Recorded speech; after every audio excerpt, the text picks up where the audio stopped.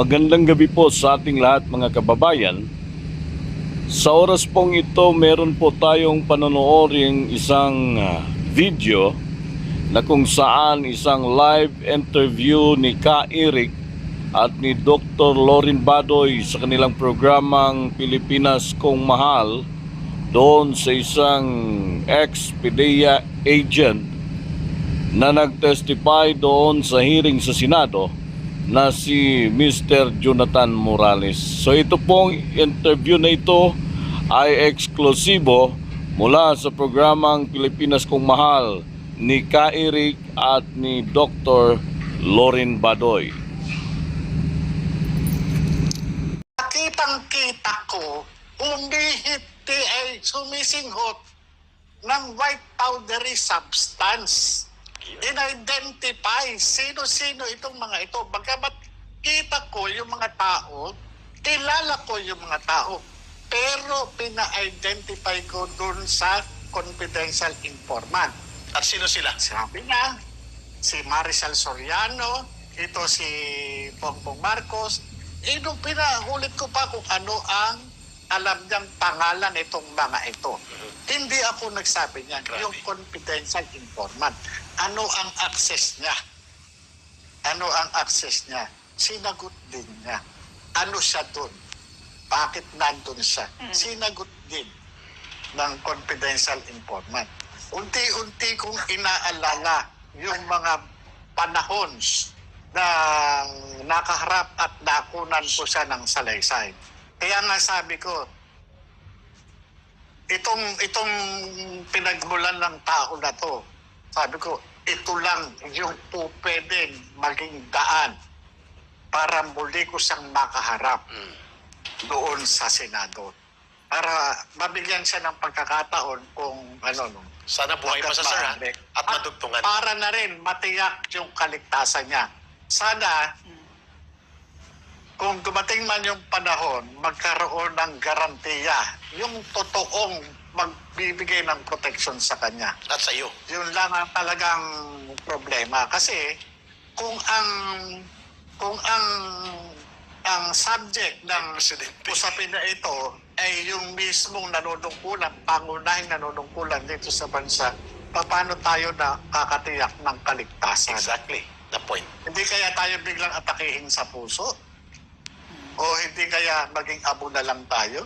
Oh, wag sana. O hindi kaya, kaya nga, sabi ko wala naman akong ibang tao na ganito, no? So, yun po, yun yung, doon lang po. Why are you not offered, sir? Why are you not offered security by the Senate? Or did they offer it through Senator Bato? And are you willing to accept it with your family? Gano'n naman po. Opo, gano'n naman po. Pero sa akin naman po, no, kaya nga sabi ko po kay Senator Bato sa, on the record naman po yun.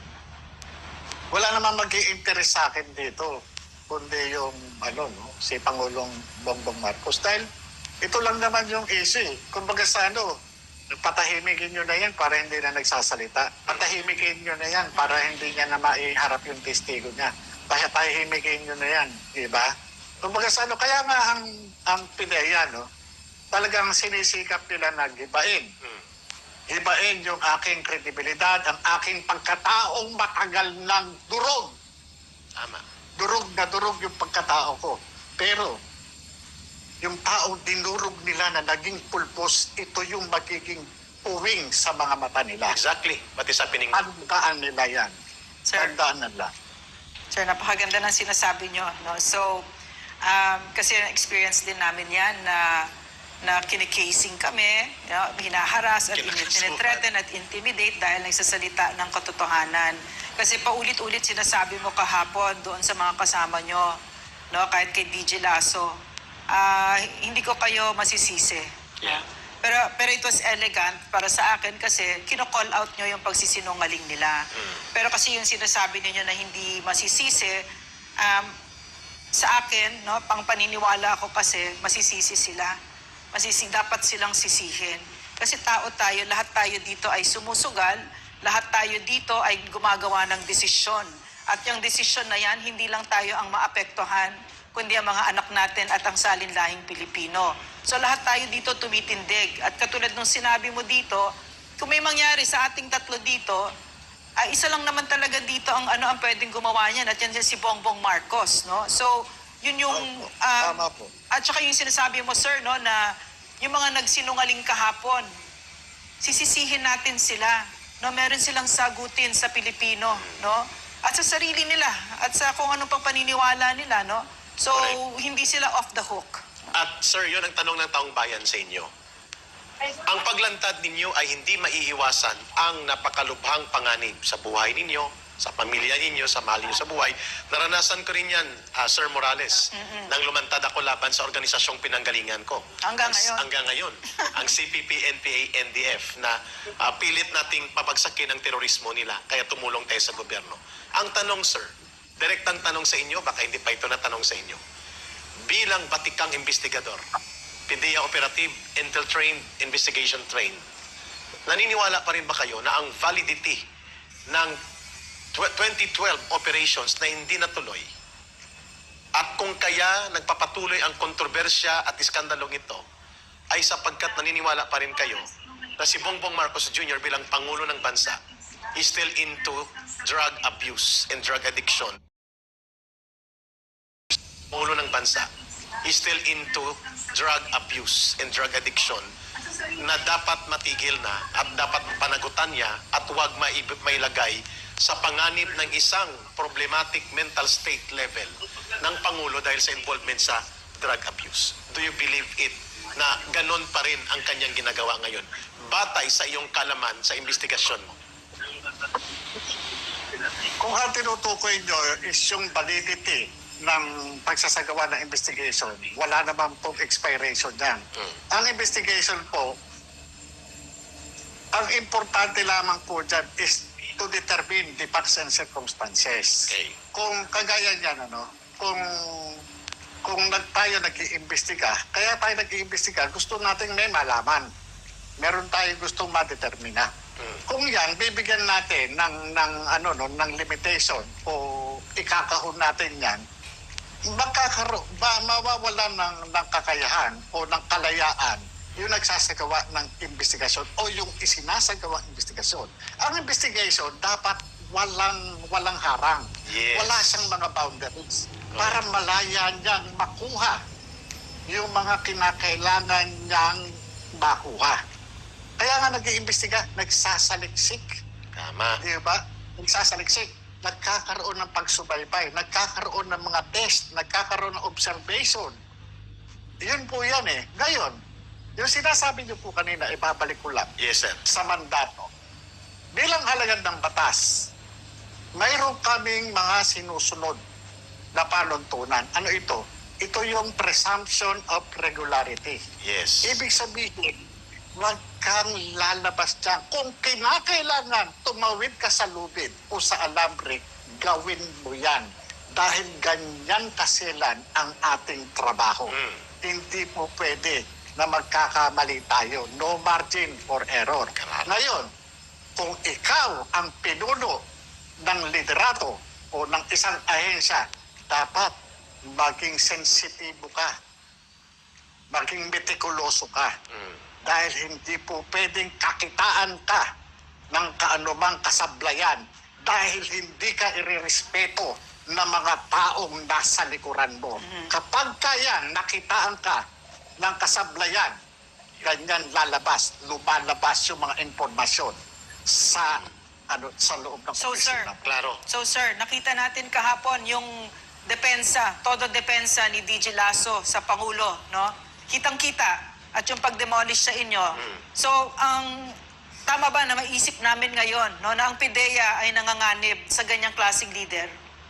With DJ Lasso. DJ Lasso, yes. Saka ba naman makakakita, no, na mismong tauhan magsasabi unpopular yung kanilang DJ? Yeah.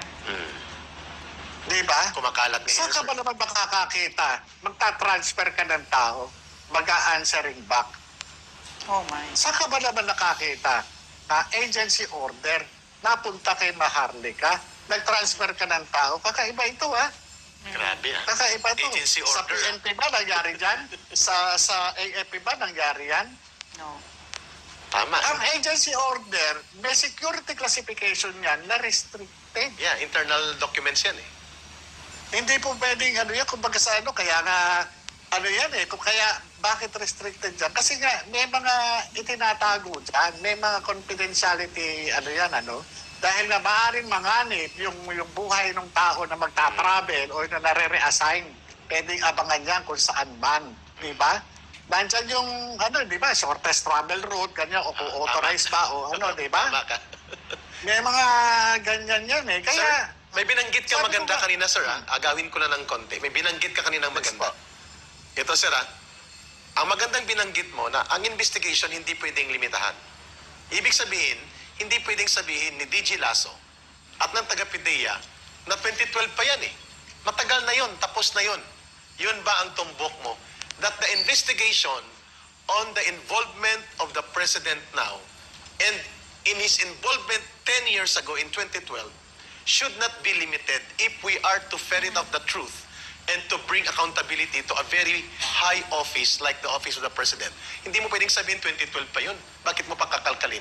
Is that how you would like the PIDEA leadership and among others in the investigation involving the President should go their way to investigate? Tama po ba?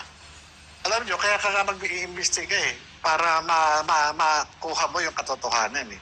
Kaya lahat ano, sa investigation, ano, may mga proseso, no? May mga trade craft dyan, may mga elicitation na kinakandak, may mga observation, kaya nga lahat ng proseso gagawin mo eh. Hindi ba? Meron ka pang mga iba't iba, no? Gusto mo kasi ma-determine. Kung bibigyan mo yan, kung haharangan mo, isusuppress mo yung ano, lalagyan mo ng boundary, walang maa-achieve yan. Paano kung ano, di ba? Tama. O papalagay na sa geographical ano, no, location o situation. Kung ang iimbestigahan mo, halimbawa Quezon City, pero nandun pala siya sa Marikina, ibig sabihin hanggang Quezon City ka lang, kasi hindi ako pwede punta ng Marikina. Logical. Logical. Tama. Tama yung Sir, tumbok mo. pero paano yun? Paano yun na ang nakita natin, napakaliwanag kahapon, no?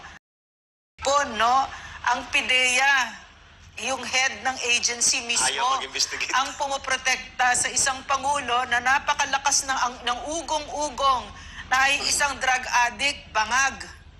Paano yun? Yeah. How would you like to proceed? Alam nyo, talagang, alam nyo sa totoo lang, ano, sinasabi niya, sinungaling ako, no? Yes. Di ba? Sinasabi niya, Paulit-ulit nila yun.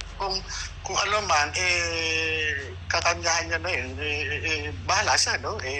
Ano siya kumbaga, sa ano, no? Kaya lang, nakikita ko naman, kung sinasabi naman niyang ginagawa niya yung mandato niya, ano ang tawag sa kanya kung hindi niya ginagawa? Sabi niya, ginagawa niya yung mandato. Kung ginagawa niya yung mandato niya, di inimbestigahan niya na yung discrepancy doon sa drug test. Isa yun.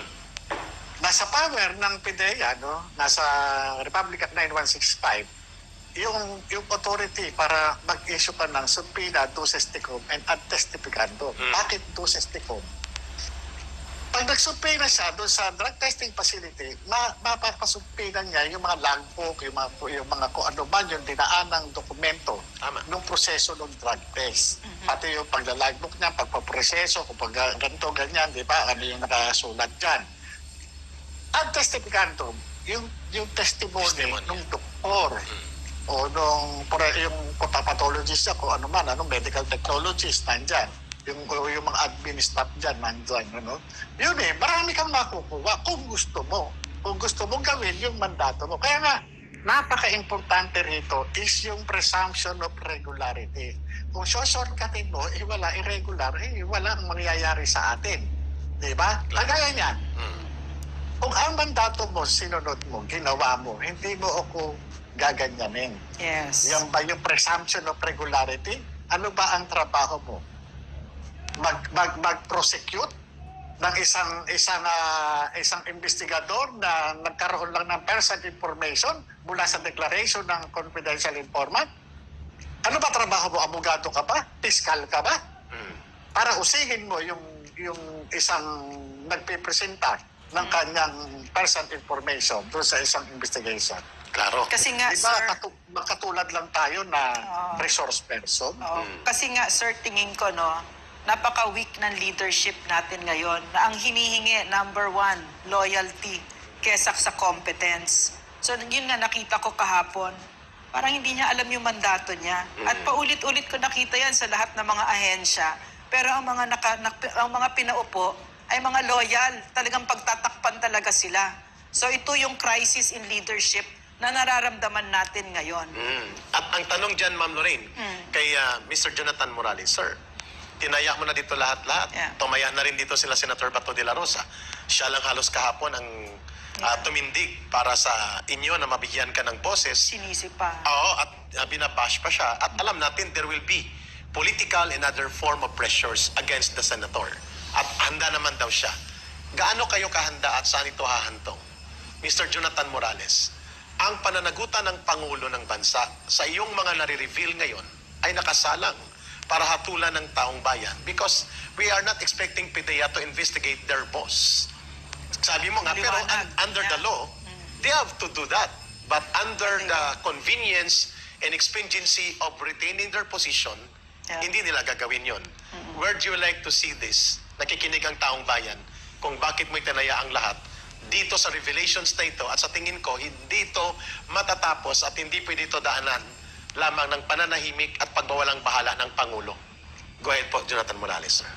Yung ko rito, no, pag-testify ko rito, is upang patotohanan, panindigan yung mga first-hand information na nakuha ko mula doon sa confidential informant na merong personal knowledge doon sa alleged sa commission ng offense na tumutukoy doon sa di umano nefarious activity nitong sila politician Bongbong Marcos at actress Marisol Soriano at iba pa. Yes. Ngayon, dito sa kung saan man hahantong ito, kung ano man, saan man tayo pagparin ng tadhana sa ginagawang investigasyon na ito, mananatili po akong nakatayo sa paninindigan ko, ng aking pag-ibig at pananampalataya para sa katarungan. Yun lang po yung aking napapanindigan. Wala po akong maipagmamalaki o ano paman, kundi ang pinanghahawakan ko lang ay yung aking personal information na itineklara sa akin ng confidential informant. Klaro. And everything will be settled, sir. Ano pa man ang pagsisinungaling at pag-demolish sa inyo, pagdi-deny nila, pagtatakip, when the confidential informant which we believe ay kaya pang abutin, dapat sa pagkatadhana ang magtatakda ng katotohanan ito, we believe na lalantad ito at patotohanan ang inyong mga binanggit na pagbubuo ng buong investigasyon na ito. People will be the judge now. Sir, we usually reserve this for our